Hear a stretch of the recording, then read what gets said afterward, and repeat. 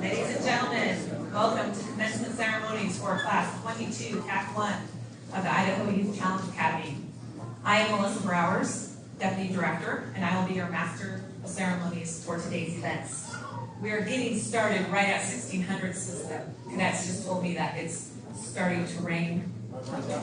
So I'm going to ask you, please rise as you are able and remain standing for the arrival of Major General Michael Garshak and the rest of the official party, the arrival of the cadets, the presentation and posting of our national and state colors, our national anthem, the Pledge of Allegiance, and the invocation.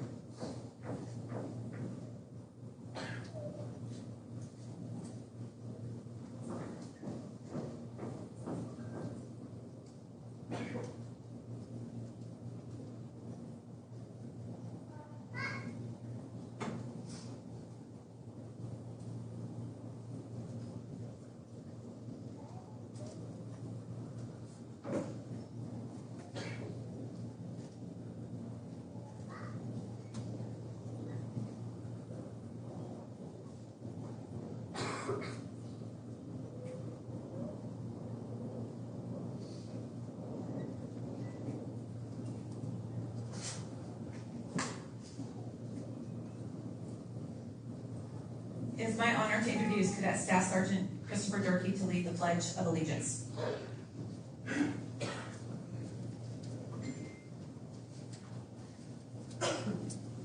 Please join me in the Pledge of Allegiance.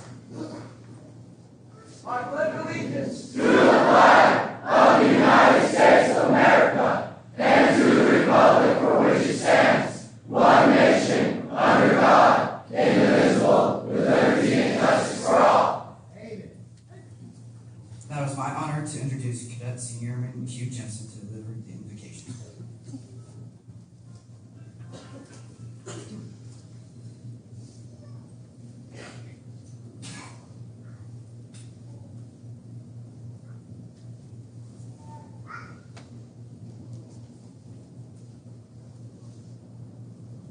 Let us pray.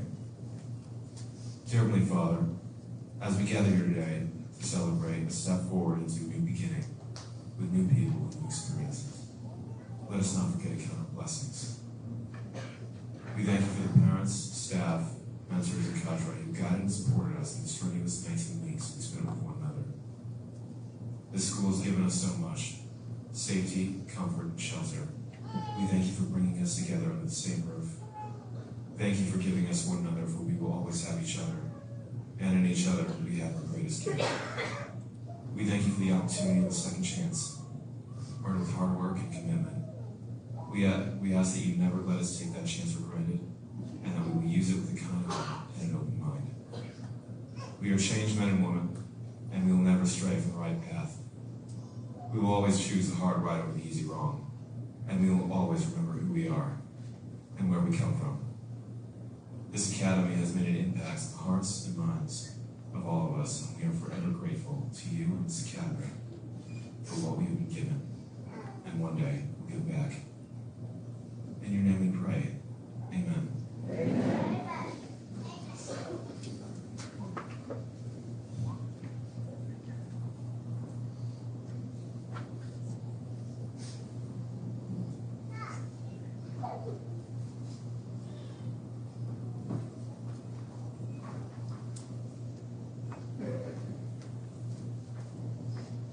Please be seated.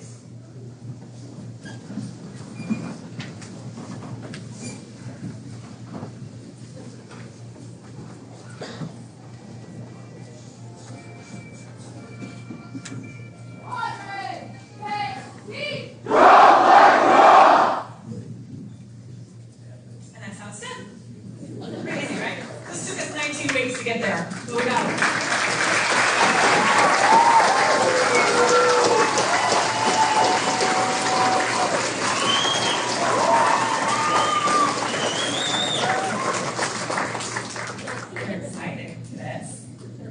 Class 21 TAC 1, congratulations on this very important and significant day.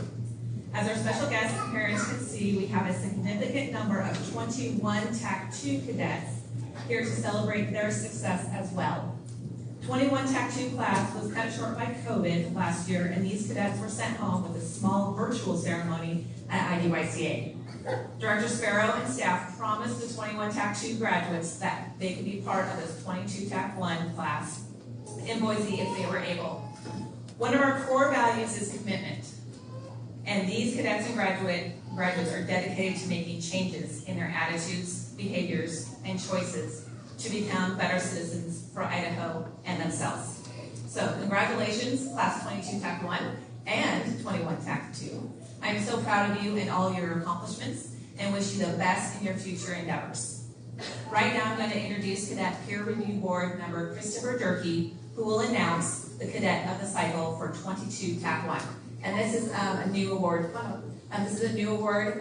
We normally do it at our live Facebook feed, but we decided that we really wanted to honor this cadet. So.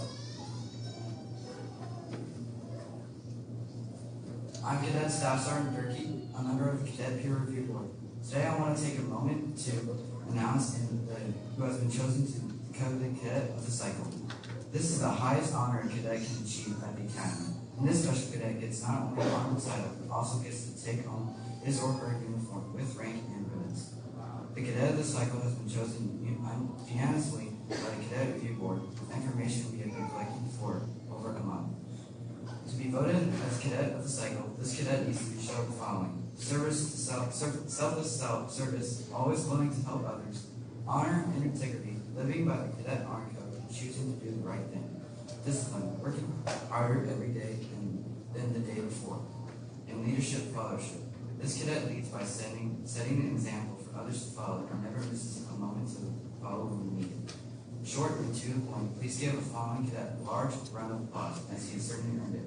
Cadet Staff Sergeant Villasenor. Ho!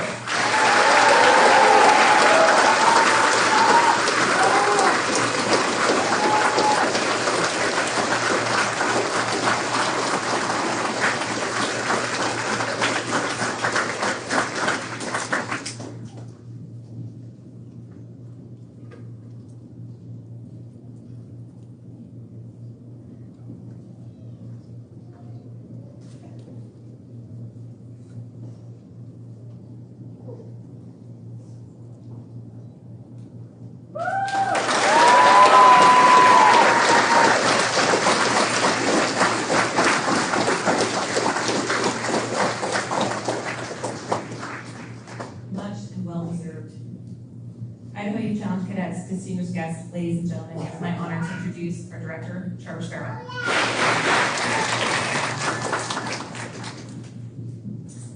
Good afternoon and welcome to the commencement ceremonies of the Idaho Youth Challenge Academy, Class 22 TAC 1. And welcome back, Class 21 TAC 2. I'm excited that many of you made it back to celebrate your moment on this stage. You made it, cadets. You persevered through your struggles and the challenges of this class. This class was a marathon, right? Yes, it was a marathon with no in-person family day, no mentor days in person or home passes. But you are here now, ready to move forward with the next phase of your challenge journey. Squadron, before I continue, I want to personally thank some wonderful supporters of our program today. Idaho's Governor Brad Little, Major General Michael Garshak, Idaho's Adjutant General, Mr. Rudy Soto, USDA Director for Idaho, Kimberly Folsom-Custer from the National Guard Youth Programs Office, all the members of the Idaho National Guard and staff. You guys saw the support they provided for your class in the beginning and the continuous support that they always provide. The mentors, parents, family members, friends, they're all here to support you. I'm joined by IDYCA Leadership Deputy Director Melissa Browers, you call my third, Principal Rebecca Kozinski, over here on my left, Commandant Guy Bonner, and Program Coordinator Harp Nelson. You'll hear from them later on today. Thank you for your valuable support for the purpose and mission of the Idaho Youth Challenge Academy. I have 6 children, and throughout the years I've been surrounded by most things Disney, Pixar, Marvel, etc., you name it. I'm sure that you get the point. I do find some good quotes though during these movies. My kids always run around the house sharing the quotes. But one of my favorite is from Hercules. And it says, a true hero isn't measured by their strength, but by the strength of their heart.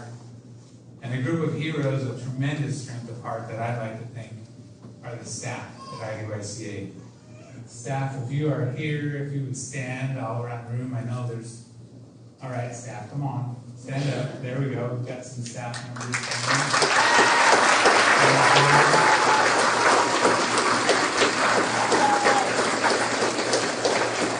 Most of them are probably running around the hallways still supporting you cadets. That's strength of heart. Each of these staff members and those who are not here today has tremendous gifts and talents that they truly do give of themselves, give of their hearts as they share these talents and gifts with you guys. So thank you to them for all their hard work. And to the parents, grandparents, aunts, uncles, guardians, thank you for letting us be a part of your children's lives. They have learned so much and learned many things while they've been here. Give them the chance to prove to you that they become responsible young adults with goals, great ideas, manners, and yes, I said manners. Some of the parents almost fainted. Did you? You guys have manners. They have manners now. And true dedication to continue to strive to be a better person every day. Cadets, I want to talk to you and you about choice. Choice is a big word and a pivotal part of our lives each day. We all make hundreds of choices all the time, every day, sometimes thousands in one day. Happiness, success, victories, defeats, failure, all come through choices that we make. Get up each morning and make a choice to do something positive for your day, and let the momentum for the day start from there. If throughout the day you experience some negative consequences because of your choices you made, remember not to dwell on the negative, for that in itself is a choice. I love this quote called "I choose." It says, "To live by choice, not by chance." Sorry, I choose to live by choice, not by chance. To be motivated, not manipulated. To be useful, not used. To make changes, not excuses. To excel, not compete. I choose self-esteem, not self-pity. I choose to listen to my inner voice, not the random opinion of others. I choose to be me. Remember the principles that you've learned while you attended IUICA. Remember the values that you were taught over and over again. You know it. Respect, integrity, courage, and commitment.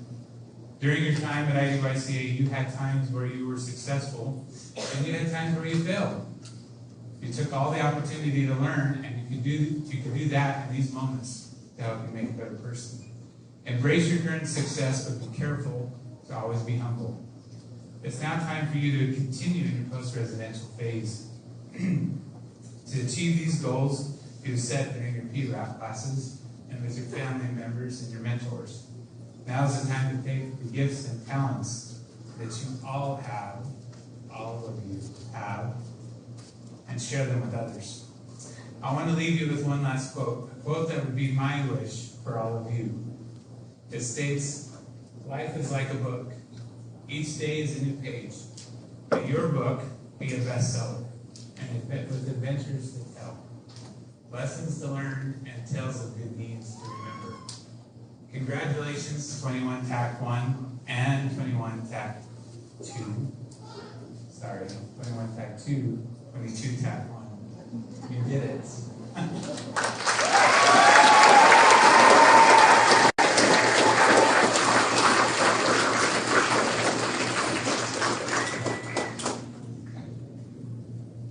Sir, if you could join me on stage. Since its inception, the IUICA Foundation has provided tens of thousands of dollars in scholarships and improved the quality of life for our residential cadets. The IUICA Foundation is a 501c3 and all donations are tax deductible. They also support incentive awards during the program, legacy projects that cadets initiate, and many other academy needs. The foundation will be rewarding 4 scholarships today.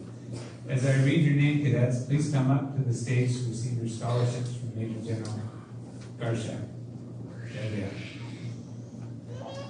This is why you have a deputy director. She keeps me in mind. Receiving a $2,000 scholarship today, Abigail Zarate.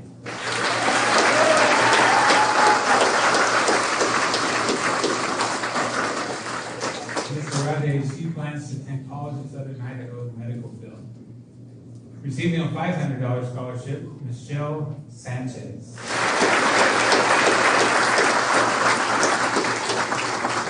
She plans to attend Job Corps and college for forestry. And receiving a $500 scholarship, Zachary Domras.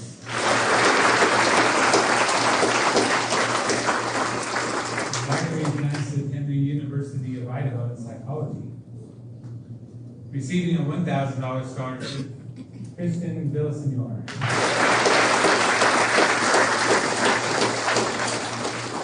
plans on attending the College of Southern Idaho for welding.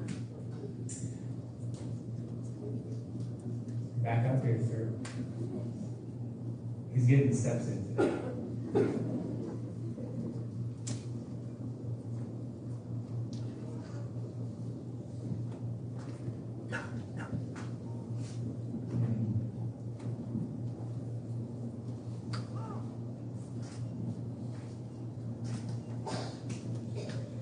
like to now introduce Major General Garshak from the Idaho National Guard.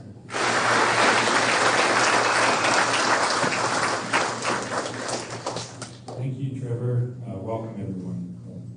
You know, I'm really, really proud and grateful that the Idaho Military Division, that part of our responsibility is the Idaho Youth Challenge Academy. And it's a great success, but it truly is it's a team effort. And we're fortunate that we have such tremendous support from so many. And from the governor, and unfortunately, Governor Little couldn't be here today, but he asked me to tell each and every one of you how proud he is of each of you. Took care of that. He's my boss. You know, our state legislature, the Department of Education, the members of our business community, the Youth Challenge Foundation, and our law enforcement agencies, and many, many more. But and many of those are in attendance today for today's graduation. Thank you. Thank you. They help us, along with all of you, make this program successful. And you know, I also want to recognize and welcome leadership from several of our tribal partners. We have leadership from the Nez Perce, Shoshone-Paiute, Shoshone-Bannock tribes here in attendance today. Thank you and welcome. Thank you for being here. But you know, mostly what I want to do, and Director Sparrow already hit on it, but I want to take this opportunity to recognize and thank Director Sparrow and Principal Kaczynski and the entire IDYCA team for the amazing work that they do to make this academy successful and possible. From the staff, the cadre, the teachers, the counselors, the mentors. Can't forget the highly skilled dining facility staff, probably their favorite. All of these people are truly dedicated and committed to the mission and purpose of the academy, which is to intervene and reclaim the lives of at-risk youth in Idaho. So I was going to ask them all to stand, but Trevor already did that. But thank you, and that's a sincere appreciation. To the cadets, real quick, I'm not going to give you any advice today. I think you've gotten enough advice over the last 19 to 20 weeks. So I would like to, I think I've already seen them. They're both in the honor guard. Cadet Sanchez, Cadet Villasenor. Raise your hands real quick. Sanchez. All right. We were pen pals during this class. I went up to every class. I try to get to Pierce at least twice and visit with them and talk to the cadets. And I know that a big part of the cadet life is the letters they write, the correspondence they get back and forth with families, friends, and mentors. But not everyone gets as much mail as everyone else, and sometimes they don't get any. So I thought, well, I gave them all my address and said, if any of you need a pen pal, you want to write to somebody, write to me. And I'll try to write you back. And I was a little nervous that I would get inundated with letters, but only 2 brave souls actually wrote me. So I really enjoy corresponding. You don't have to stop now. You still have same address still works. Continue writing. To the rest of the cadets, like I said, I'm not going to give you any advice, but I do want to share with you that you truly are a source of inspiration to me. You know, to see members of our youth community willing to take on personal responsibility for themselves and for the success of your future, and put forth the effort that it takes to complete this challenge academy. And I know it truly is a challenge. That really gives me a great sense of confidence and optimism for the future of Idaho. So well done, congratulations, and thank you. The only advice I have today, actually, advice and guidance I have, is for the parents and the family members of these cadets. The advice I have for you, and no, I'm not going to say we fixed them, don't screw them up. I'm not going to say that. But I will say, continue to give them your love and support, even when they make it hard.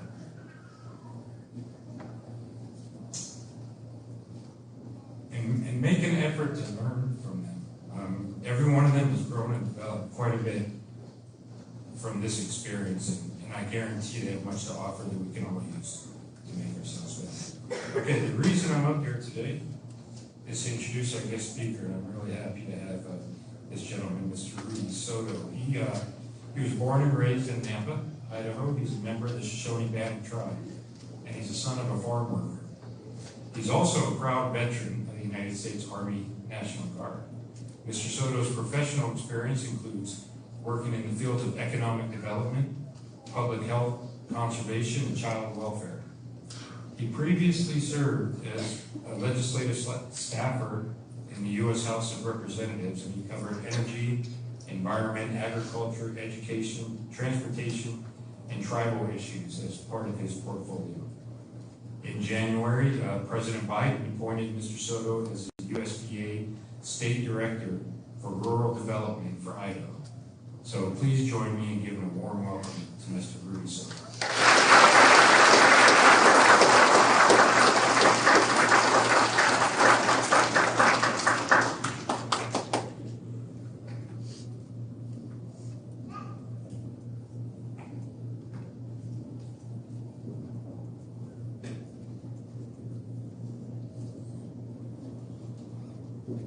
Good afternoon. It's great to be here with all of you. Again, my name is Rudy Soto. I was born and raised in Nampa on the north side of the tracks in public housing.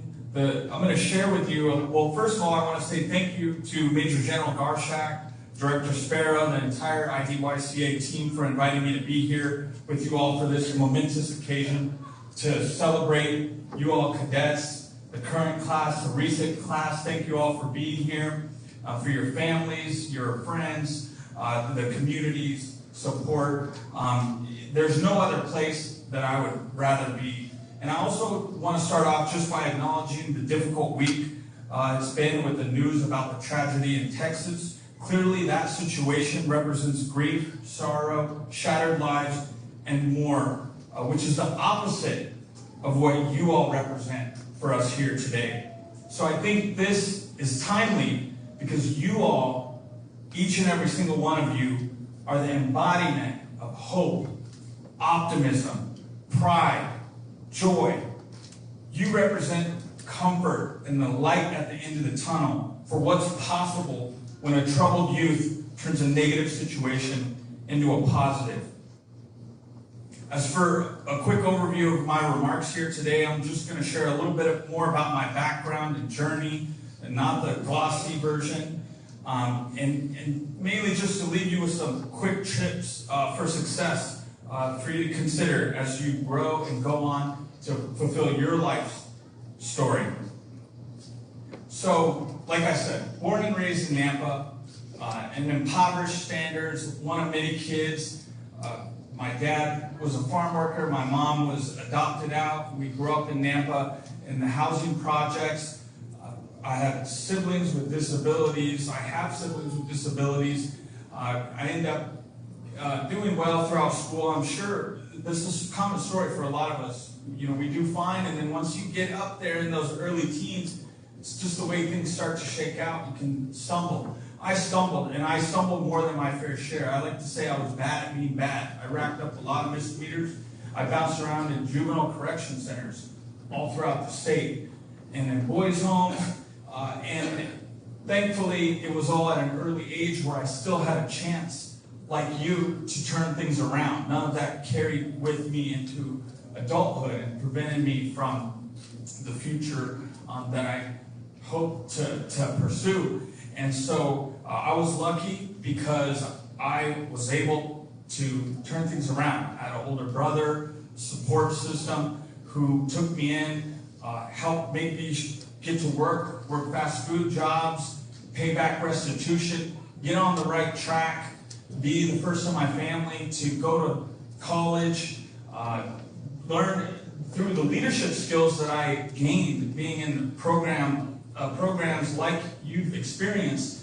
I actually became somewhat more advanced than my peers who were back at home living life as usual. Because you have no idea how much training and experience that you now have that is unlike your peers who haven't gone through what you've gone through. The listening skills, the life skills, all of that is setting you up for a major successful future if you make sure to remember that and know that and believe in yourself. And so it was funny because when I got out to live with my brother and got a new start, he would tell people, I don't know what's wrong with this guy. He came here, then it was on a Greyhound bus, said looking like a cholo, gang member wannabe, and next thing you know, he wants to be the mayor. And so I share that to encourage you to just believe in yourself, where you're at now and where you want to go, and stick to that, because you're capable of achieving that. You have everything you need from where you're at now to get where you're trying to go. And so basically, through just carrying on those skills that I learned and being committed to that vision for myself, it was hard at first, and things got easier over time. And I got involved in activities to be able to carry on the leadership skills that essentially you've been trained with, that you've been provided. And I figured out ways to use that out, in everyday regular society. Get involved in clubs, get involved in groups, after-school programs, whatever it is. It could be in your trade, if you're, a welder, or if you want to go into junior ROTC and, continue your service. So basically, just find ways to keep what you have going and just to build on it, and basically never stop. And so, here I am.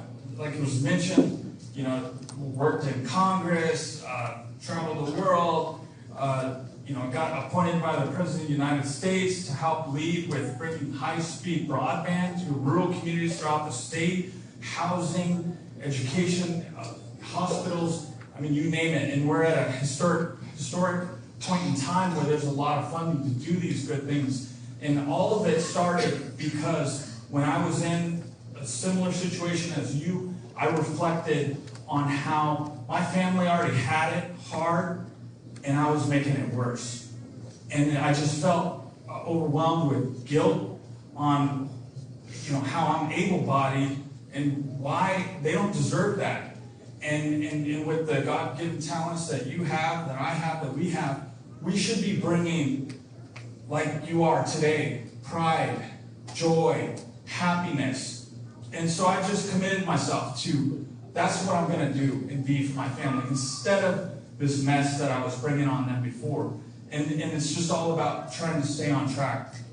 So, and just sharing some tips for you to consider on your journey. There's a quote: hardships often prepare ordinary people for an extraordinary destiny, by C.S. Lewis.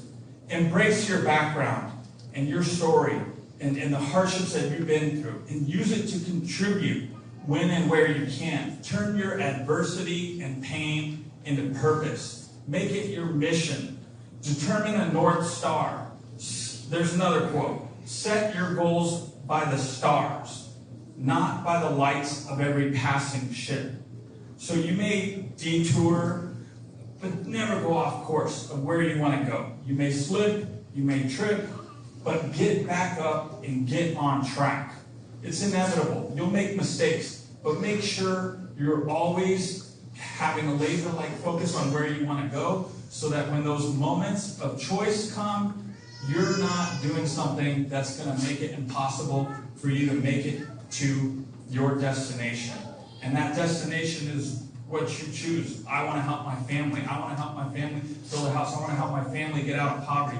I want to, whatever it is that you want to do that's good, make sure that you don't mess yourself up and make mistakes and fall back in a trap that you can't get out of. Develop a personal mission statement. So when someone asks, what are you passionate about? Have an elevator pitch about you and your purpose.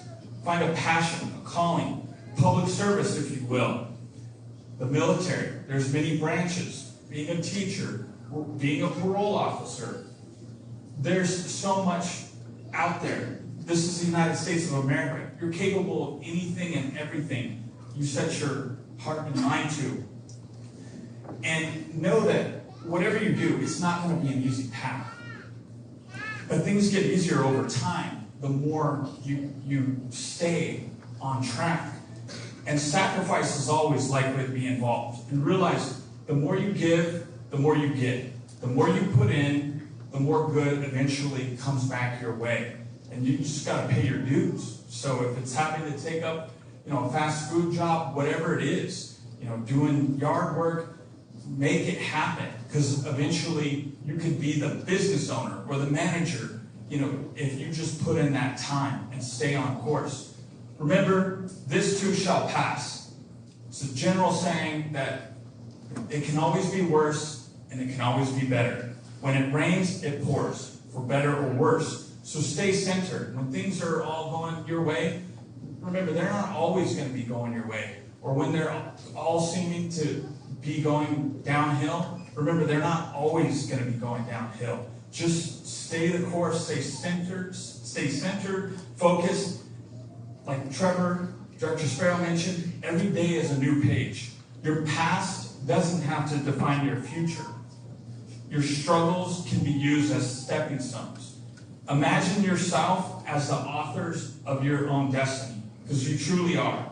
Don't limit yourself by your parents' background, how tall you are or short you are, whatever it is. Don't limit yourself.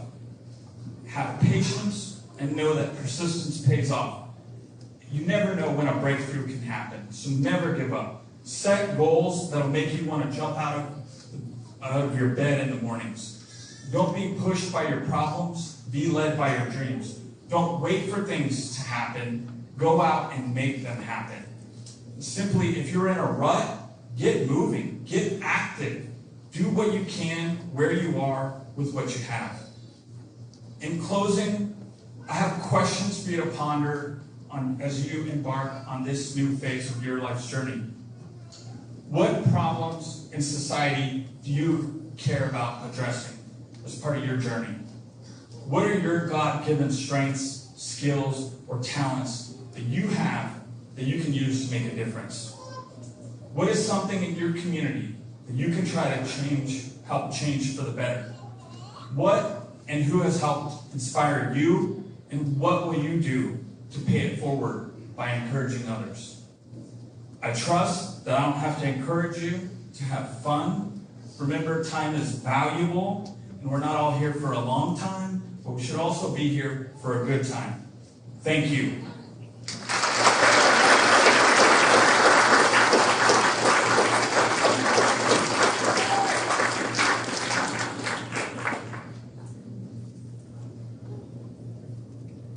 Mr. Soto, we are so thankful for the time that you took to talk to these cadets. We'd like to present you with a picture of this class of 22 TAC 1 with all of their signatures.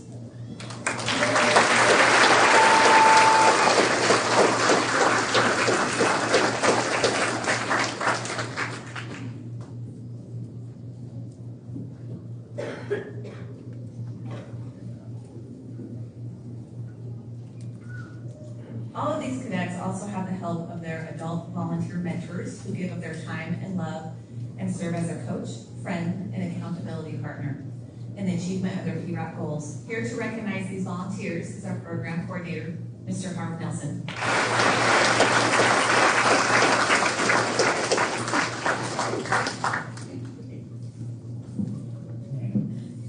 Good afternoon, cadets. Good afternoon, Mr. Nelson. Today we honor and celebrate cadets who have met and completed the challenge, or in the challenge, of IDYCA and gained a much stronger footing on their path forward. Class 22 TAC 1, 119. 21 TAC 2, 103 cadets, combined to make 1,701 cadets that have graduated since 2014, Idaho Youth Challenge Academy. The Academy lives up to its name. Was it a challenge? Yes, Mr. Nelson. Every day, cadets have to overcome a challenge. It's not an easy road. The easiest road would be to quit. We quit? No, Mr. Nelson. Cadets always motivate me. Back when they were a candidate, remember this? We even said can't. Because we got rid of that quit word called can't. I can, I will. Say it. I can, I will. You're a little louder back then. I can, I will. Some might think today, I can, I did. No. This is commencement. Is commencement end? No. Commencement is starting the next. So you can work with me on this one. I can, I will. I can, I will. I will again. I will again. I will again. I will again. I will again and again. I will again and again. I will not quit. I will not quit. I love it. Now we got that settled. So, also, cadets, you are not alone. You might feel like you're leaving those that went through the challenge with you. They're still going to be out there. The staff is still out there. Even when you can't see us every morning, our hearts are with you. And there's also someone else that's really special in your life. You've probably only been writing them letters. But in the audience, and by the wonders of technology and live streaming, we have the unpaid staff of Idaho Youth Challenge Academy. These are the Academy mentors. These volunteers took time out of their lives to apply, train, and become challenge mentors to a young person that are not their own. They didn't birth them. They have chosen you, and you have chosen them to be this mentor-mentee relationship. They've demonstrated a commitment that will help change your life. They're moving from into the post-residential phase. You're in the post-residential phase. Hopefully all of you meet your mentor once a week, or at least a couple times a month. Mentors started working in the residential phase by encouraging with strength, hope, guidance, commitment, with letters. Sometimes we even had a phone call or two in there to make sure they were encouraging you when you might not feel like you're going to make it. Now, we had a bit tight seating tonight, so, but are there any mentors? Would mentors from any class that are out there now, could you stand up? You got some? Excellent.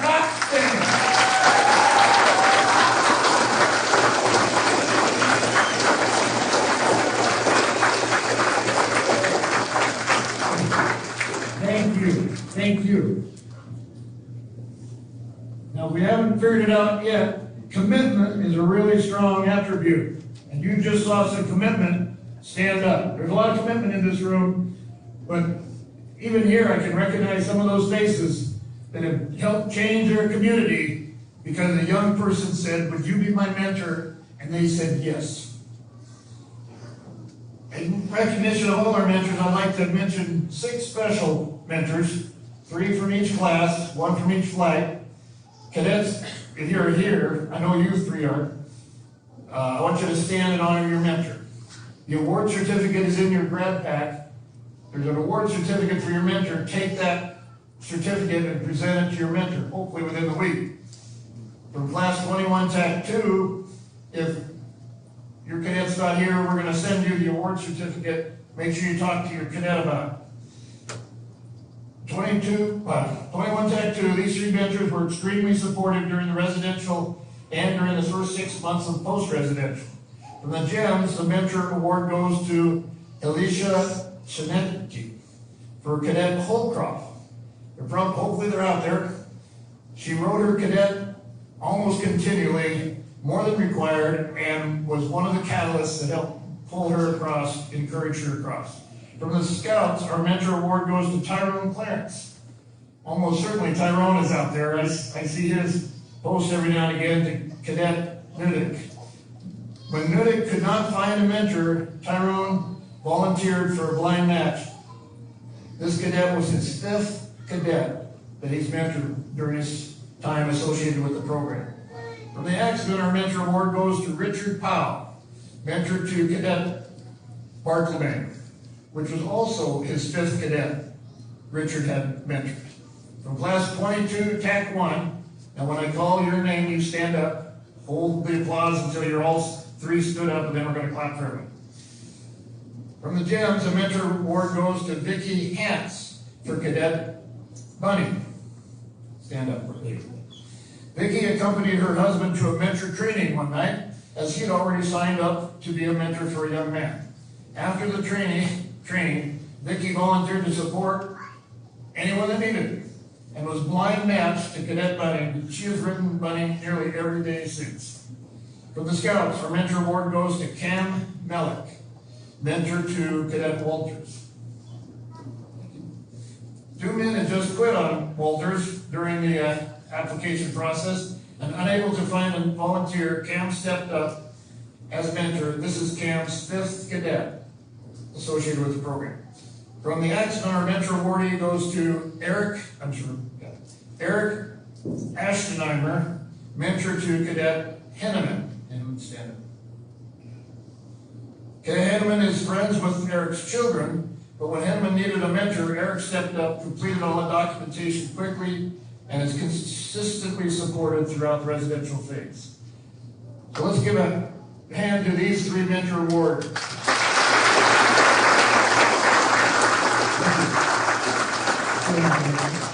Our graduates today come home. They're changed. They're much matured. They return not as youth without direction, but as young citizens who will take positive and action beneficial to their communities and their future. Friends, family, and community leaders will celebrate the change in these young lives. Alongside them in direct support are their mentors who believe in these young cadets and their potential to remain changed and continue to make positive life choices wherever the challenge awaits. Please show our appreciation to our mentor awardees and all the mentors. And mentors, would you stand again so we can thank you and all of those watching from afar. Mentors.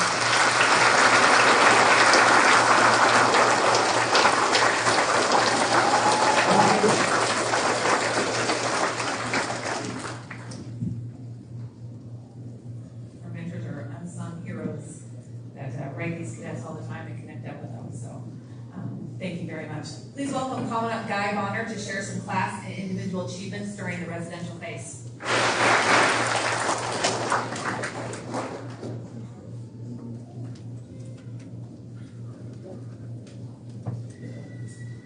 All right, so Major General Barshak and Mr. Soto, a bunch of our special guests and mentors, family, everybody for coming out. Last class, good job. Very good here. So I'll do something real quick here. I saw Colton Davis over there. He was hiding over the last one before we came in here. So this isn't part of my speech, but there he is right there. He's from 14 Tech too. And there's another Davis, and that's his little sister. So pretty cool to see the different dynamics. You know, Golden State was a little rocky, and hers was a little less rocky. But it's kind of cool because that's what we do here. You know, they get the experience that they need, whether it was a rough one, whether it was a great one. You know, the rough one will drive them forward, really does. And he's an example of that. He's just doing great. So it makes me really proud to see him and his little sister. We have a lot of those legacy kind of projects, so pretty cool. Just wanted to point that out. So, here we are, cadets. The day I told you was always coming, nothing you or I would change. Wouldn't it? It was coming. The only thing we could affect concerning this day was where we were going to be when it arrived. Right? So, here you are. Not the possible scenario that I described, right? So you're sitting here. You're not sitting somewhere thinking about the opportunity you wasted along with the weeks that you wasted and spent at the academy. You're here, knowing you completed something big, knowing you stuck it out and completed something difficult. What it took was day in and day out perseverance, peppered with a lot of uncomfortableness, right? And failures. This is no different from what you'll experience in life, right? Every goal you have from here forward will be achieved in this manner if you choose to see it through as you did the academy, right? It will be a tough one. It will be uncomfortable, but the feeling you have today is what lies on the other side, and that's my final message to you. So in these 19 weeks, a lot of weight was shed, right? Some tears too. Just shed. and lost a sweat. I'd like to recognize our cadet that lost the most from each class, and then our biggest loser of the whole squadron. So the total weight loss of the squadron was almost 1,000 pounds, 961 pounds from everybody. Now, keep it in mind that some of them needed to gain some weight, and they came here and did that. Found out what healthy them was, and that was pretty cool. So, let's see here, we had from the gyms, we had Melon, go ahead and stand. 51 pounds, good job.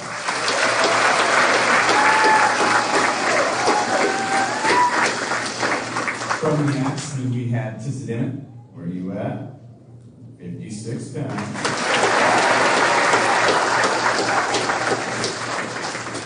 And from the Scouts, we have Cadet Voorhees, 45 pounds. Where are you at?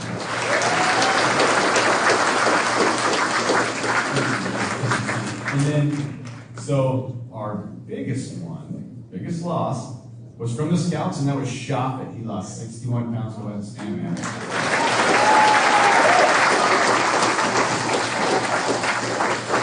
So well done to all of them. There's many of them that are going to share their stories with you. Obviously, when you see them, it's just going to be different. And I'm sure you've probably caught glimpses already on the march in, and pretty excited about the package you're about to receive.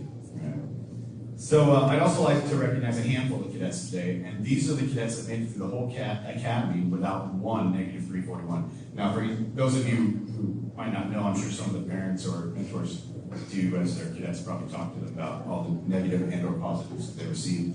It's a form that can be negative or positive for excellence or discrepancy. And you can get this thing for like the littlest thing. Where's Isaac? Where you at, Isaac? That's stinking soft fun, man. It doesn't take much. And so to make it this whole time, it's quite a feat considering that something that little can get you an negative 341. So when I call your name, I'm going to have you please stand. From the gyms, we have Adams, Perkins, Williams, and Zarate. Go ahead and stand. And then from the accident, we have the Lone Rider. It's still good. And then from the Scouts, we have Ball, Berlin, Durkee, Locke, VSN Norm, Walsh, and Wilson. So congratulations to them.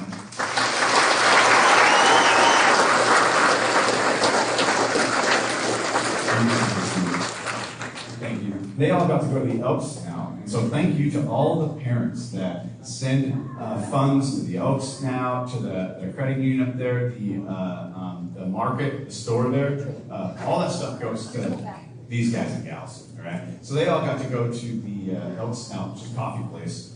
And when they said what we have, they all look at me. And I said, anything you want? So they did pretty good. They had anything you want. I said, like a, kind of like a grandparent moment. It was like, well, I ain't got to watch them tonight, so. So we took them back. But they did well, had a good time, interviewed a few of them on what they thought it took for them to make it that far without those negatives. And so I'll use that for future classes, so I appreciate you guys for giving me your information, because that'll be a big motivator for other cadets in the future.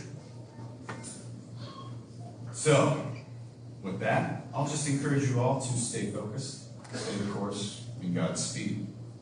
So every cadet was required to write a speech in English class. Of those, only a few were selected to compete in front of the entire squadron and multiple staff members at the IUICF. After a difficult evaluation, 3 cadets were selected as the winners. Cadet Senior Airman Funk of the Scouts, Cadet Staff Sergeant Camacho of the Mountain Gems, and Cadet Staff Sergeant Donahue, also of the Scouts. So I now introduce to you Cadet Senior Airman Funk.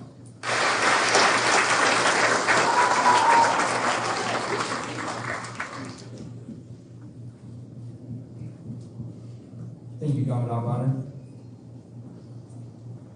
If you continue to think the way you have always thought, you'll continue to get what you have always got. This is not just an amazing quote by Paul Meyer. It is the mindset that has given me the opportunity to accomplish goals that at one point in my life were only dreams. Mainly because growing up for me was hard. From being abused to figuring out how to feed my sister at 10 years old. I remember the day they sat me in the courtroom and promised if I told the judge the truth, we'd never have to go back there. So I did. I talked about how my mom just got a DUI, but she was trying her very best in college, working full-time with 4 kids and a husband at home with cancer. I talked about visiting my biological father. He drank and partied, and when he wasn't being irresponsible, he left to sit at home for 2 weeks while he was at work. I talked about the ants and cockroaches in the food. I talked about the money I earned and got taken for cases of beer and cigarettes. I still wonder to this day if he knew those $15 he took from his 10-year-old son was for his daughter's next meal, or if it was even a concern he had. That day I walked out of the courthouse with my head hung low, knowing I tried my best and I told all my truths. I still had to take the long drive to where all my problems were with the same guy who's supposed to take me fishing, teach me to shave, play ball with me, and take me to donuts for dads at school because they didn't give donuts to the kids who didn't bring their dads. I was lost on why I still had to go back, even after I did exactly what they told me to, and the promise was broken. Nothing was worth more to me as a young boy than a dollar bill and a promise, but one promise was kept. When I was 12, Stephen Funk adopted me out of a bad place. He showed me the light, but I was too blind by all the childhood trauma. Any guy can be a father. It takes a man to be a dad. The same man who spent years fighting type 2 lymphoma cancer loved me unconditionally, regardless of my bloodline. We went fishing, he taught me how to shave, we played ball, he did everything a dad should do, and more. I even remember when he was too sick to hardly get out of bed, he still took me to donuts for dad, knowing exactly how important the experience was for me. I treated him like trash while I was his biggest treasure. It's not because I wasn't grateful, no. It's because the only father-son relationship I knew was opposite of what this man was trying to teach me. They say you don't know how much you have until it's gone. It's not that I had something and lost it, it's that I got something for the first time and didn't know what to do with it. That's on me. I'm sorry, Dad. Russ once said, thinking about the past memories and events would mostly cause you sadness. Thinking of the future and what may happen would cause you anxiety. Present is the time you're living in, and you can do anything right now.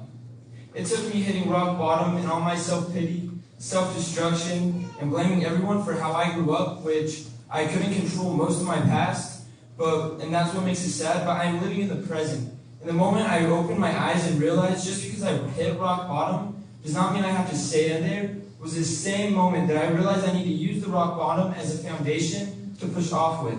However, it had to start every day between 0500 and 2100, for 7 days a week, for 134 days, where I had to work to be a better person than I was the day before. Tex Arnovich looked me in the eye one day and told me, if you strive to make yourself 1% better every day you are here, you'll be 134% better than the person you were on day 0. This motivated me to change. I started my change with the simple things, like being a battle buddy. For those who do not know what a battle buddy is, it is someone who is there for you as much as you are them. I would go around and make a few racks in the morning for my fellow cadets. I'd make sure wall lockers were secure, because if you leave an unsecure wall locker and Tex Sergeant Kelly sees it, he comes in like a wrecking ball as the whole flight sings along with Miley Cyrus. Looking back at all these memories, it just reminds me there's a brotherhood we didn't see at the time. There's one main rule hanging in the Scouts Bay. The rule is simple. You're entitled to food, clothes, and medical attention. Everything else is earned, including whether you eat your child in the push-up position or sitting down. If your clothes on your back is a road guard vest and a rucksack with every item out of your wall locker in it, or if you wear a uniform. If you sleep 8 hours on a rack or a PT mat, at the end of the day, we chose our consequences through the actions we took, which is the truth for everything in life. Lead the way, rise above, and set the standard aren't just the mottos for the Scouts, Mountain Gems, and Axemen. It's how we function in our everyday lives. And when we come together, we not only lead the way, rise above, and set the standard, but we conquer. And when we conquer, we realize we no longer have obstacles, we have stepping stones to success. And when stepping stones are bigger, we reach higher. When you say jump, we say how high. When you say bring a rock, we say how big. Because we are not just a Scout, Mountain Gem, or Axemen, we are Idaho Youth Challenge cadets. And as of today, we're the Idaho Youth Challenge Academy 22 Tech 1 graduates. And we should all be proud of ourselves for not only taking the challenge, but conquering the challenge with a sense of integrity, courage, and commitment. Cadets, as we go back in our communities, I want all of you to remember what we learned at the Academy. Decide if we're going to be our biggest opponent or our biggest fan. We have the tools. If we decide to use them, it's a choice we'll have to make. Remember, never stop learning. This life will never stop teaching. Be your truest self. Just because we took a different path does not mean we are lost, and we are living proof of that. Thank you.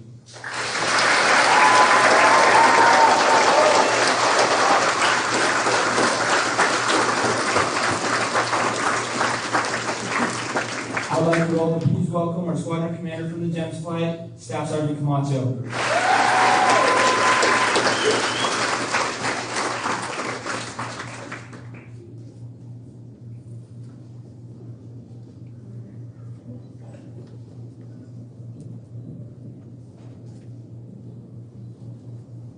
Head and neck straight forward. Feet at a 45, hands by your side. Chin up. Be proud of who you are. All things we've heard hundreds of times by now, but being proud of who you are is something that has stood out to me since the early days of acclimation. To you, it may just be words formed into a sentence, but to us it's hope. Hope that we can be proud of ourselves. Hope that there is something to be proud of. Where many of my fellow cadets and I are from, there is no such thing as self-pride or hope. Every day, you're reminded of how hard it will be to make something of yourself. You have that constant reminder of all your mistakes and all the ones you are soon to make. My journey of pride began with my parents were both born in Mexico and worked long hours in the scorching hot sun.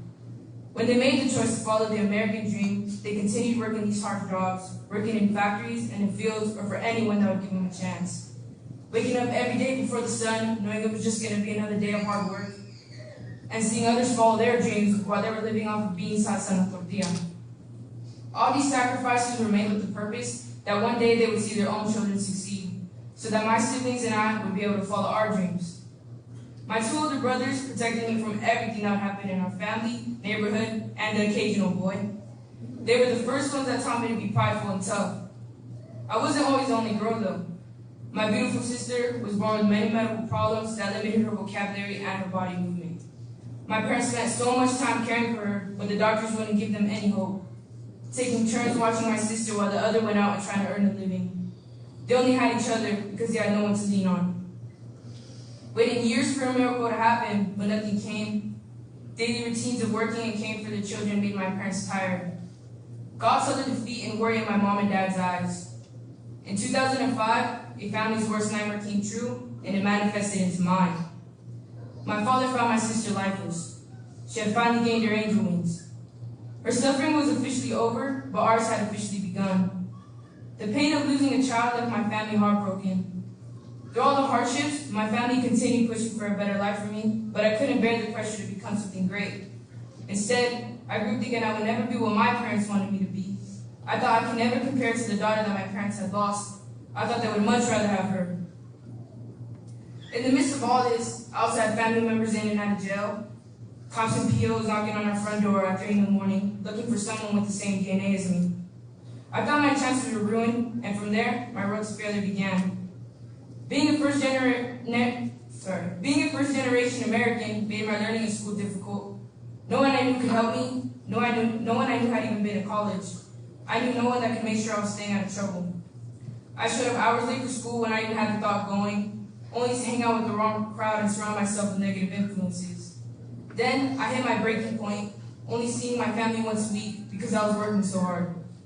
All this became a burden, not only for me, but for those around me. I started hating the person I was becoming, and I had no real dreams for my future. Like many of us here today, I didn't think this academy could offer me more than 14 credits. I believed that I was just coming to graduate early. Instead, this program gave us so much more. It helped us with time management, self-confidence, our physical and mental health, and of course, guiding us into believing in ourselves. Looking back in time, I remember when half of the gyms had their DURs in. When every Sunday we were calling our parents, telling them to come pick us up. I'm sure our parents remember that. But all the sacrifices made it worth to be standing here with our cap and gown, head held high. But the choice to keep moving forward or to fall back down is ours.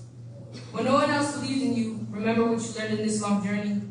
All the moments you spent standing at POA, the arguments, the honor flights, which I know the gems will remember. And of course, our favorite blueberry scones and rice bowls. Keep in mind the good, the bad, and the ugly. It's the struggle that makes us all stronger, the little things that make us all greater, because there's ugliness in success. I would be lying if I said everything will be easy from here on out. It may be scary to go back to a world that hasn't changed, but you've changed. You may be wearing the same black and whites as you were on day 0, but after 5 months, the person in that uniform isn't the same. I mean, look, our muscles barely fit into these shirts.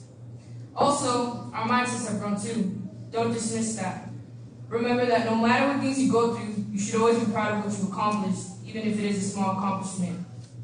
Don't forget the work put in, the wisdom shared, and the strength given. Through runs starting before the sun got up to hikes that lasted hours, you already proved that you are capable of anything. Though we didn't see it at the time, we can now say we have bonds we will forever cherish. Even when it felt like a war was about to break out in the bay, or when we were pushing for others' mistakes, Despite all the duck walks and burpees our fellow cadets gave us, it didn't matter because at the end of the day, they were the ones there with us. But I don't think we understood that until it was all gone. Take pride in this journey we all share, even if it wasn't the smoothest. I won't be the first or last to tell you that the real challenge starts now, but I'm confident that we can do it. Just remain humble and stay attentive. With your head and eyes straight forward, your feet in the right direction, your hands working, chin up, and never ever forget to be someone that you can be proud of. To the IUSCA staff and cadre, as well as family and friends, thank you for all the love and support you have shown us in these 19 weeks. And to the IUSCA class of 22 TAC 1, congratulations and thank you. I appreciate this opportunity and the trust placed upon me to fulfill this role of squadron commander. God bless you all. Y para toda mi gente recuerda que si pones tu fe en Dios, todo será posible. Bendiciones.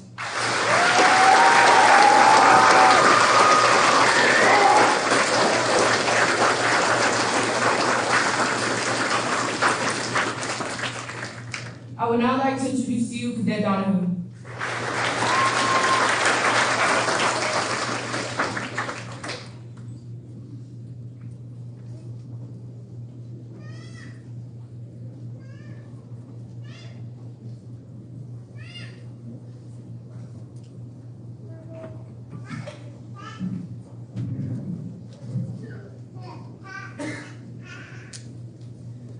I remember screaming, the bullets flying past my ears.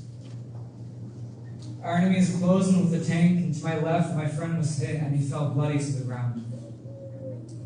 To my right, our allies turned sides. A few others, along with myself, somehow managed to escape the wave of their lead by crawling through the fresh snow. Okay, though my time at the academy was pretty memorable, it may not have been that tense. Though the afternoon we played make-believe on the helipad with some snowballs and some logs was pretty eventful. I remember the snow nicking my skin and our makeshift structures collapsing around us. The amount of memories I will take from this academy will lead many entertaining conversations back home. However, right now, I find it more worthy to talk about the lessons tucked behind the stories. Here at the academy, we are spoon-fed life lessons. Lead the horse to water and then make it do push-ups until it drinks. A quite effective method, I assure you.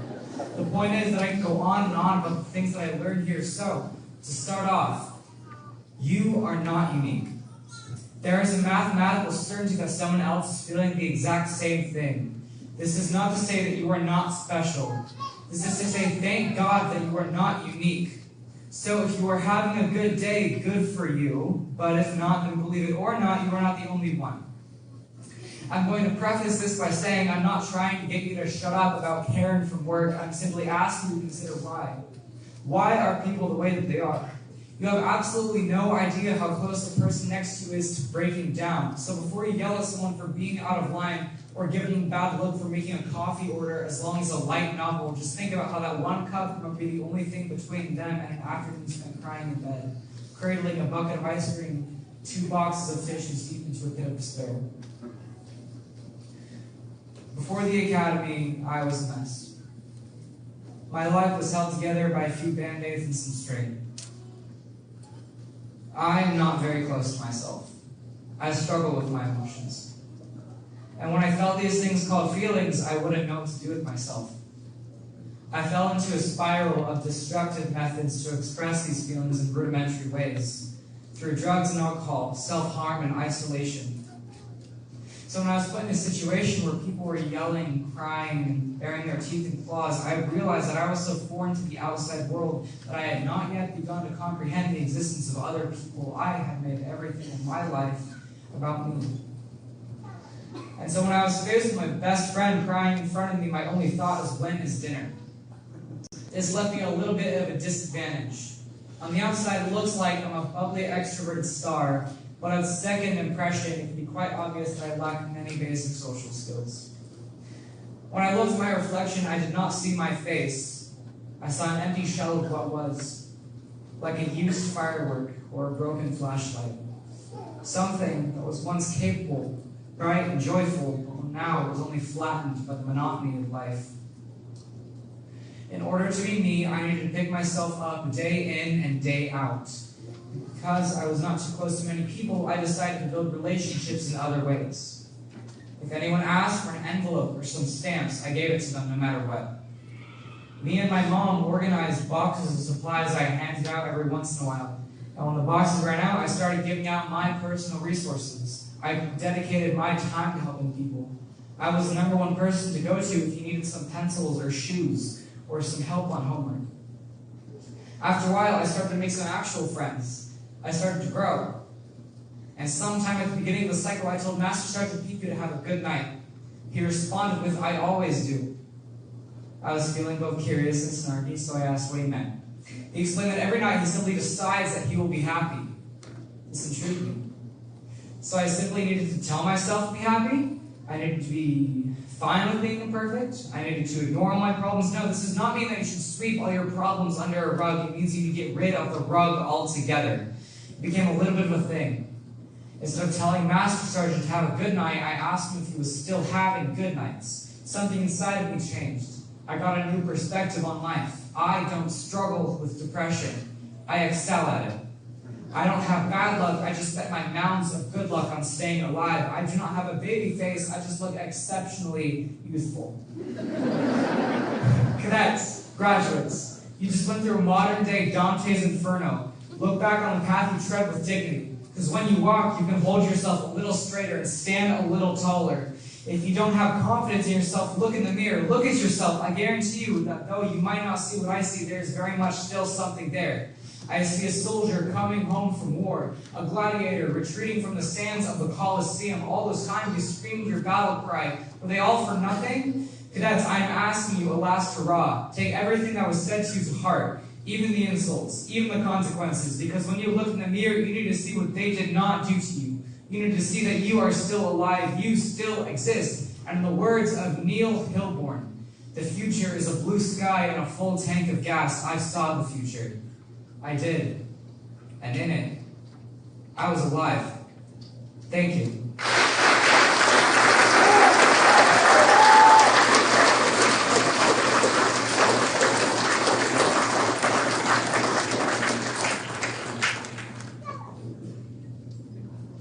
Let's give these cadets another round of applause.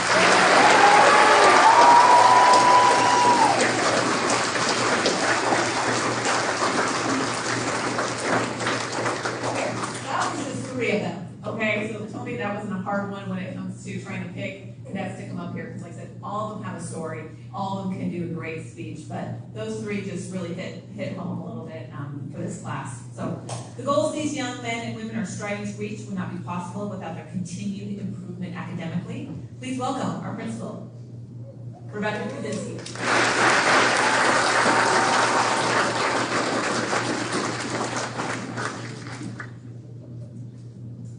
Thank you to our wonderful student speakers. Before we move forward and recognize our graduates, I would like to recognize the woman behind the speeches, Miss Kathy Therian.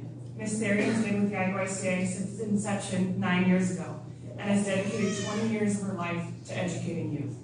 This is Miss Therian's last cycle with us as she is retiring this year. Miss Therian, please stand and let's all give a round of applause to her for all of her years of service.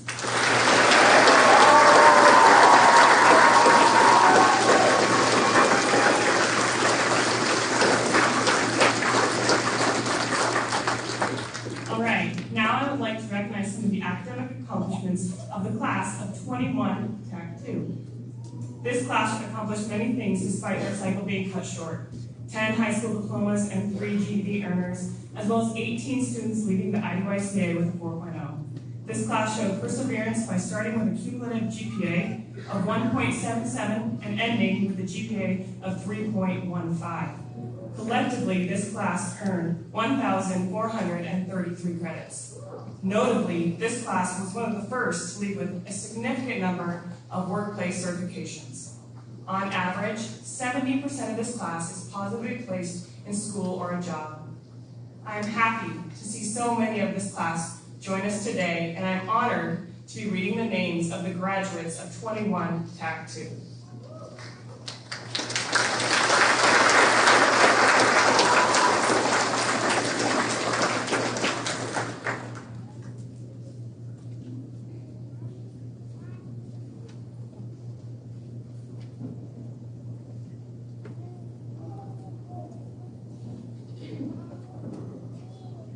Naima Bakey.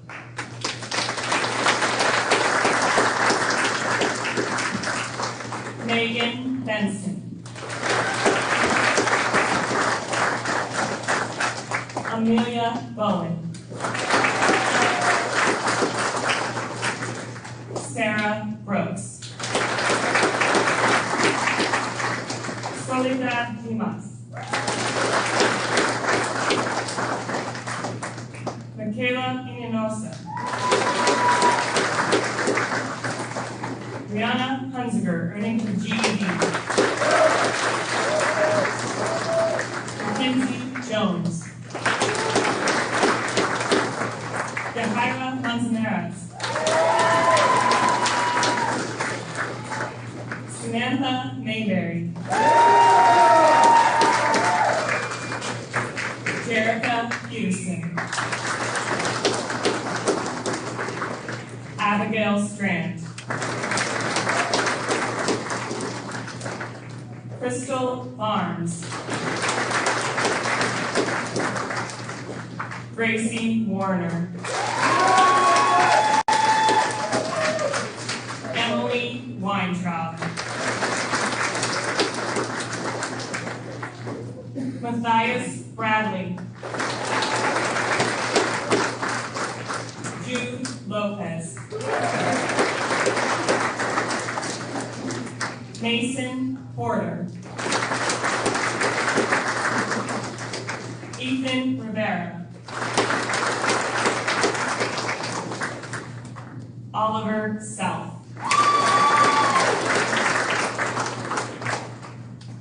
Juan Aguirre.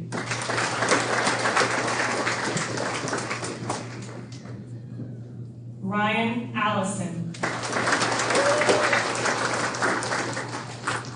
Earning his high school diploma, Alexander Boehner.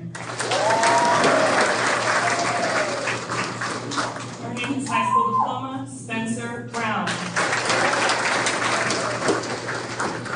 Earning his high school diploma, Edgar Chabinsky.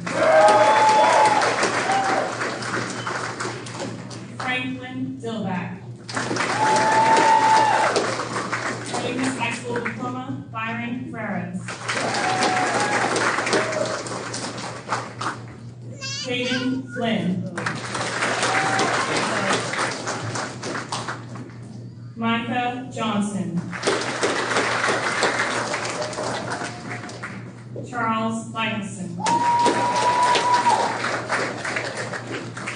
Earning his high school diploma, Damon Murray.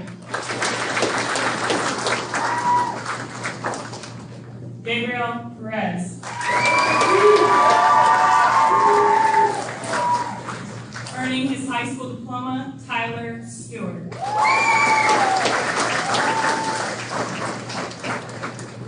Jacob Waterman.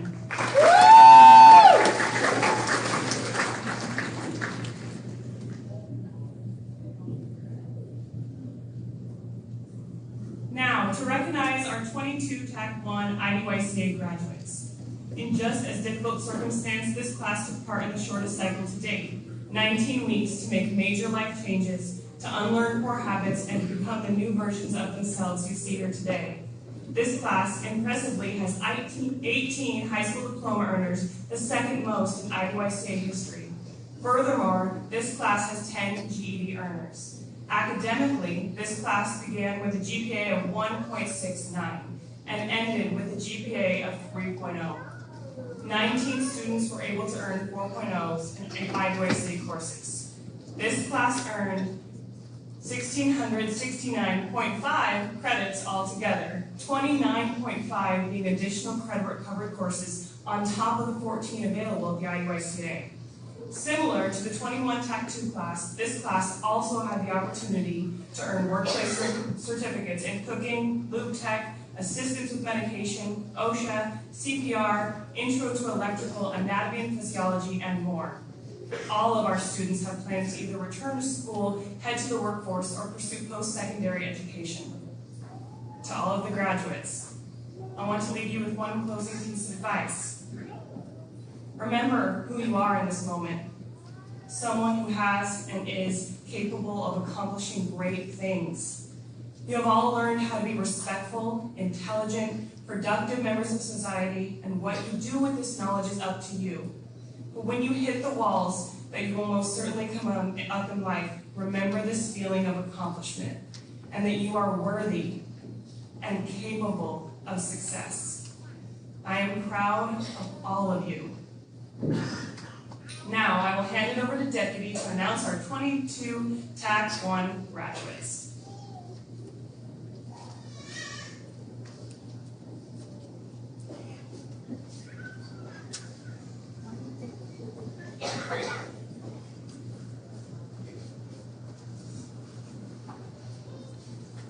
From the Mountain Gems flight.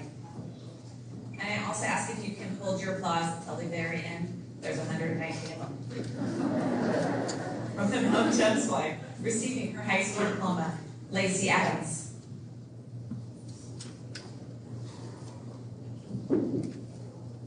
Sochi Arroyo.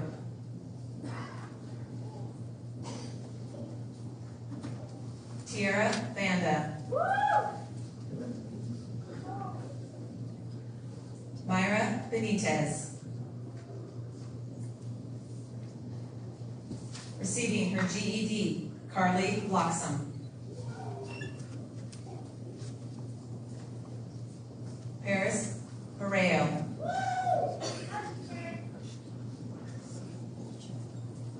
Lacey Brown. Kendall Bryce.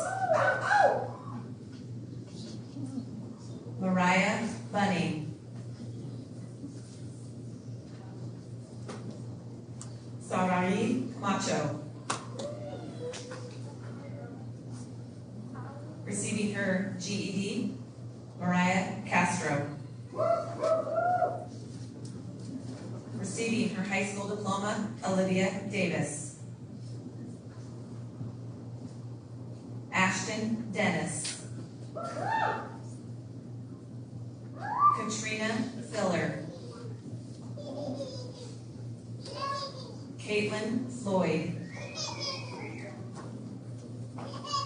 Isabel Furness. Ryan Isaac. Natalia Larson. Abby Mata.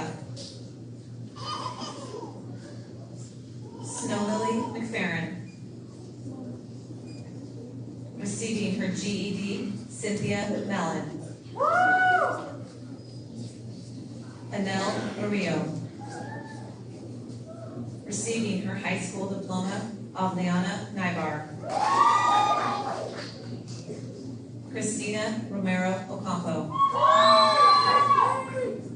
Receiving her high school diploma, Braylyn Perkins. Irma Rosales. Michelle Sanchez. Receiving her high school diploma, Savannah Thompson. Jaylene Torres. Mariah Van Zant. All right, Mariah! Savannah Walker. Receiving her high school diploma, Brandy Williams.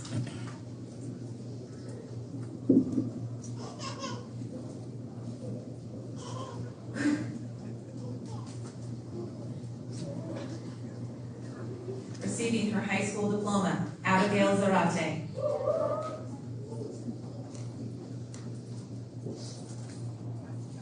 Amber Ziegler.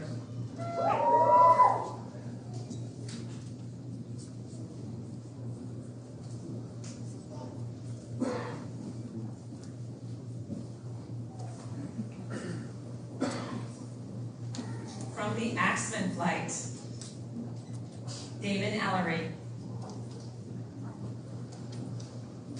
Maverick Parker. Jesse Bennett. Elijah Crawford. Sam Delgado. Receiving his high school diploma, Zachary Domas.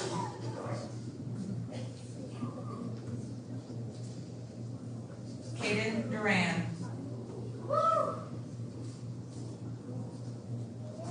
Julio Frias.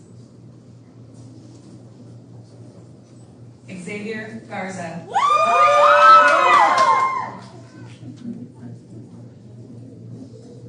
Alejandro Gonzalez.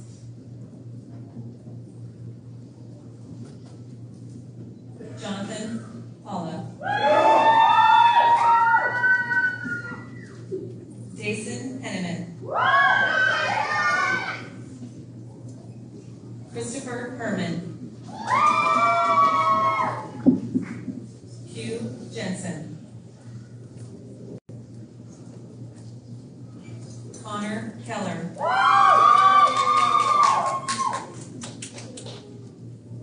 Javin Lobb.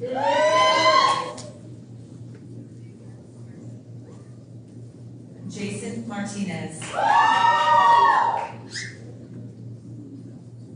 Caleb Madison. Ethan Matson.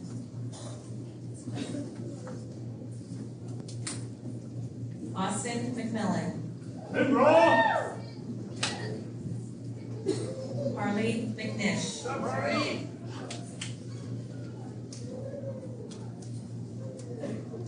Anthony Mendez.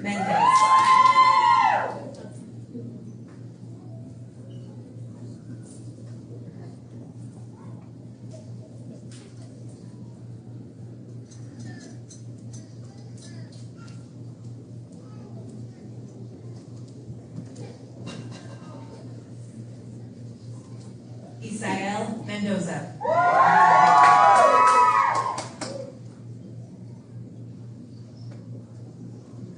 Ethan Mesa.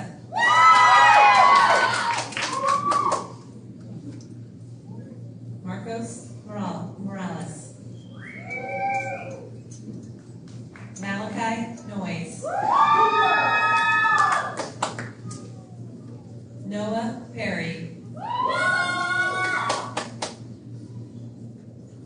Braxton Rains.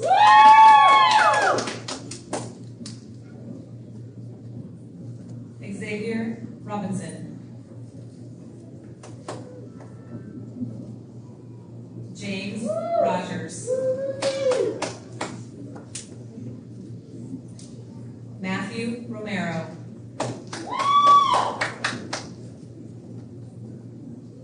William Sartorius. Trenton Seafried. Trenton Silkett. Yeah!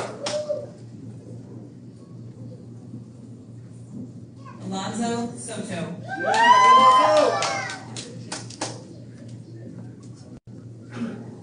Tarek Tisdiman.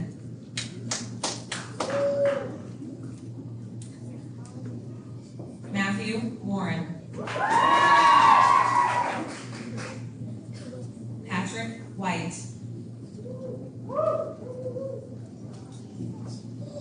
Justin Lewis Wilkinson. And Michael Woods.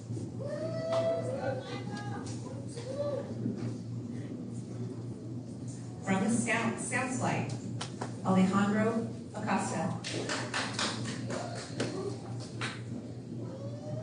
Odin Almec.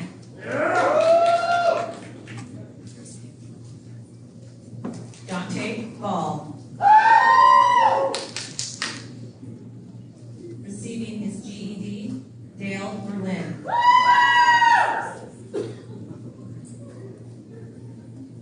Jonathan Bravo.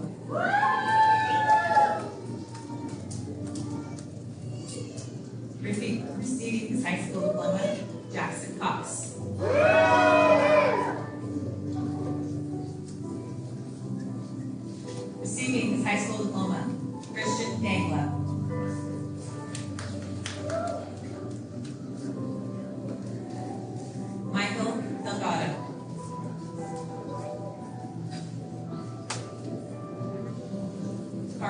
Donahue. Receiving his GED, Roman Dodson.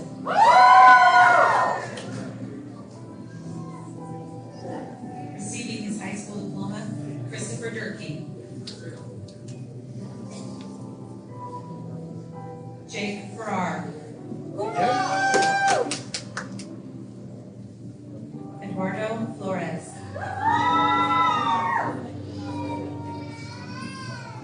Kyle Funk. Austin Zabel Gabriel.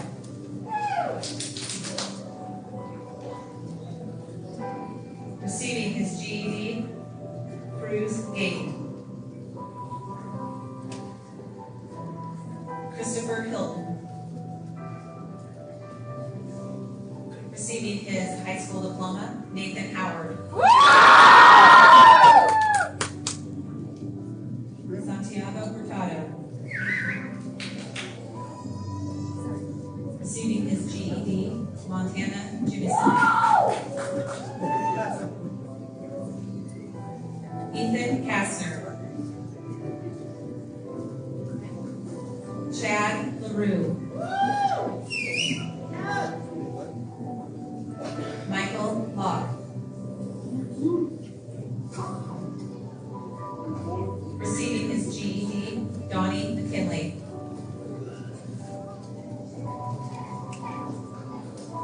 Christian Mendoza.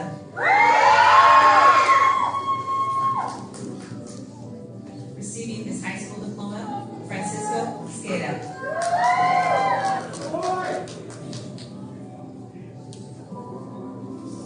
Receiving his high school diploma, Curtis Newman.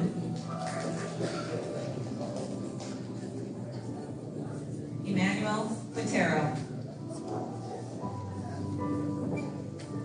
Receiving his high school diploma, Ryan Rogers.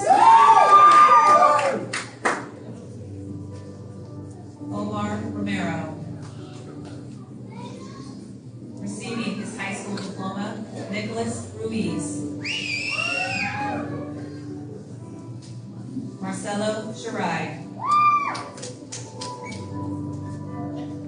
Cole Shoffett. Receiving his high school diploma, Nicholas Sizemore. Jordan Tinney. Receiving his high school diploma, Christian Villaseñor. Jacob Voorhees. Receiving his GED, Thomas Wallen. Receiving his GED, Caden Walsh. Keegan Walters. Jesse Tuck. Jaden Westwood. Receiving his GED, Sean Wilson.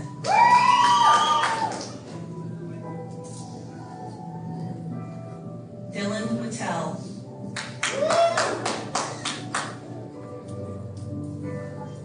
And Tegan Wolf.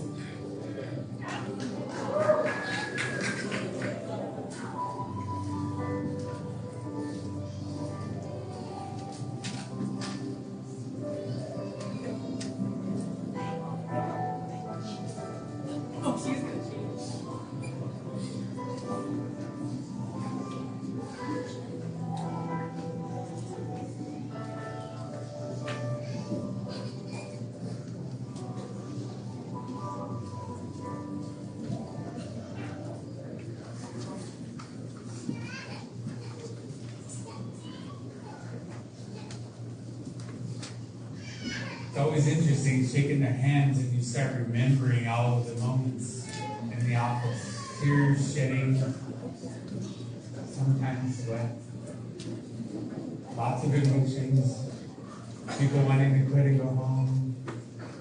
So you remember all those as they shake your hands, and it's an awesome experience watching these kiddos walk across the stage. One of my favorite moments, Squadron Commander. Put your squadron at attention and lead them in the IUICA Cadet Creed.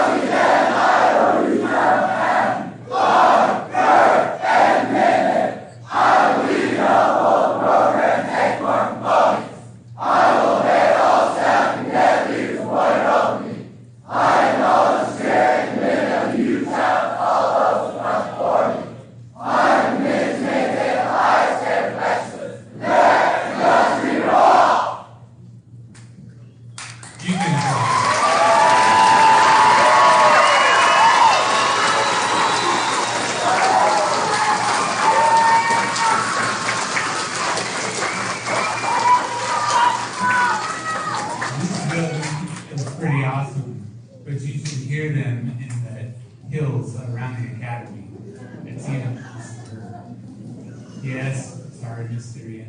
I know that's not a good word. All right, gate faces, cadets.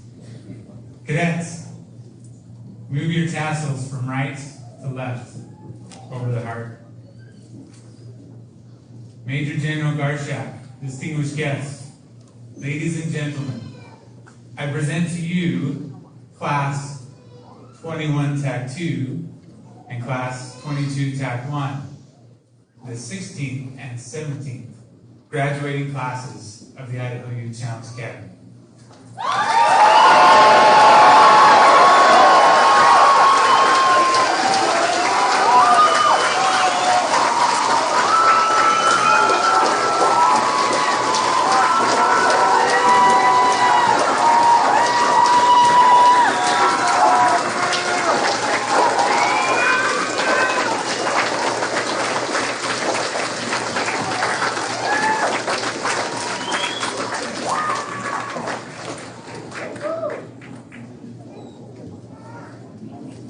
Please be seated.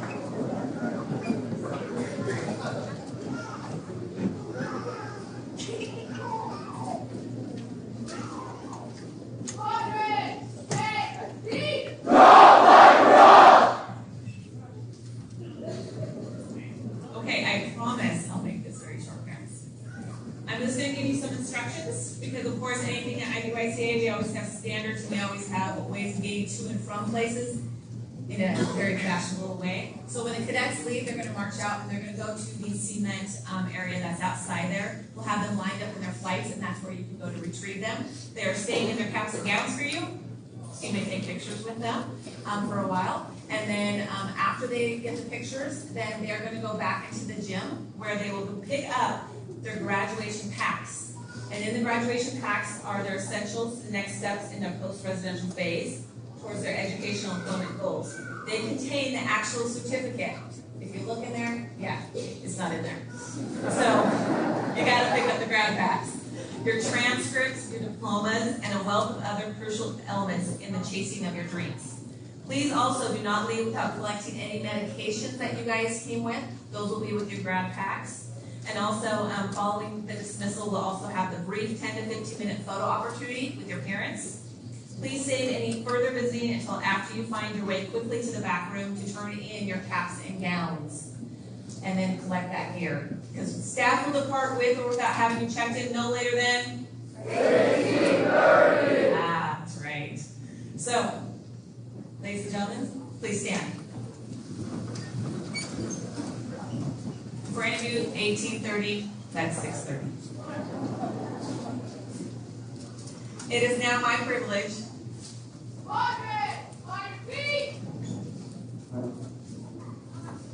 to introduce Cadet Senior Airman Myra Benitez, who will deliver the benediction.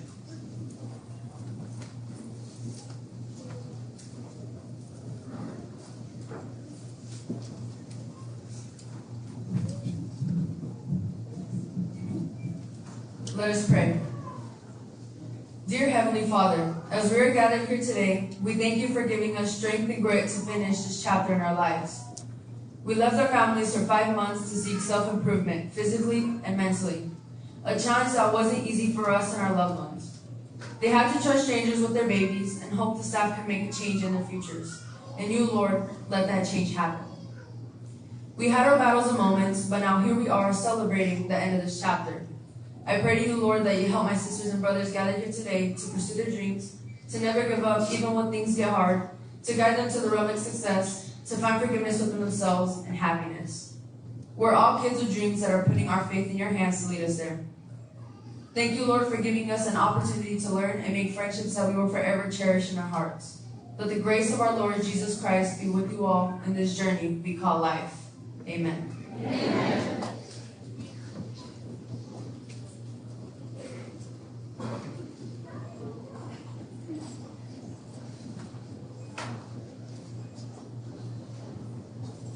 It's my honor to introduce Mr. Bauer, who will be dismissing the cadets. Mr. Bauer has been with us since inception, and he's actually been the U.S. government history teacher. He will be leaving us after this class to go teach somewhere else, which we're very thankful that he is still teaching, but very sad that he's leaving us. So he'll be dismissing our cadets. Thank you. Cadets, congratulations on your tremendous accomplishments. You all should be very proud. IDYCA staff, past and present cadets, you always have a special place in my heart. It's been a pleasure learning and growing with each and every one of you.